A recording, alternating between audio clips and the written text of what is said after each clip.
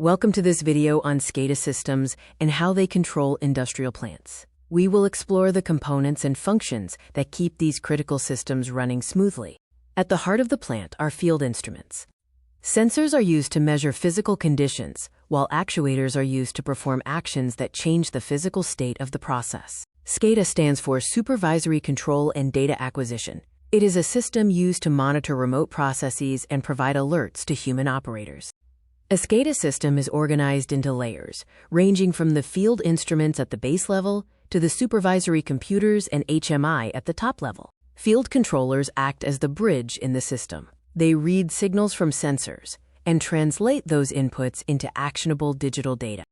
To maintain control over large distances, SCADA systems rely on communication networks, utilizing radio, fiber optic, or satellite technology to transmit data. The core servers manage the system by polling field controllers for information. The historian component is crucial for saving and recording this data over time. The HMI, or Human-Machine Interface dashboard, allows operators to view real-time process graphics, monitor alarm conditions, and issue control commands. While both manage processes, SCADA is typically event-driven and covers large geographies, whereas a distributed control system, or DCS, is state-driven and confined to a single facility. SCADA systems are essential across various sectors, including public infrastructure, industrial manufacturing, and large-scale facility management. Cybersecurity is a growing concern.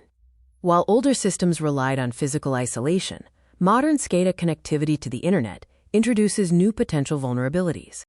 The risks are real, as demonstrated by past incidents where hackers impacted critical infrastructure or malware targeted industrial sites.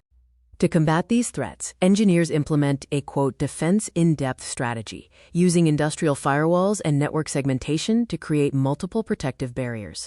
Ultimately, the SCADA loop is a continuous process of gathering data, alerting the operator, and sending commands back to the field devices.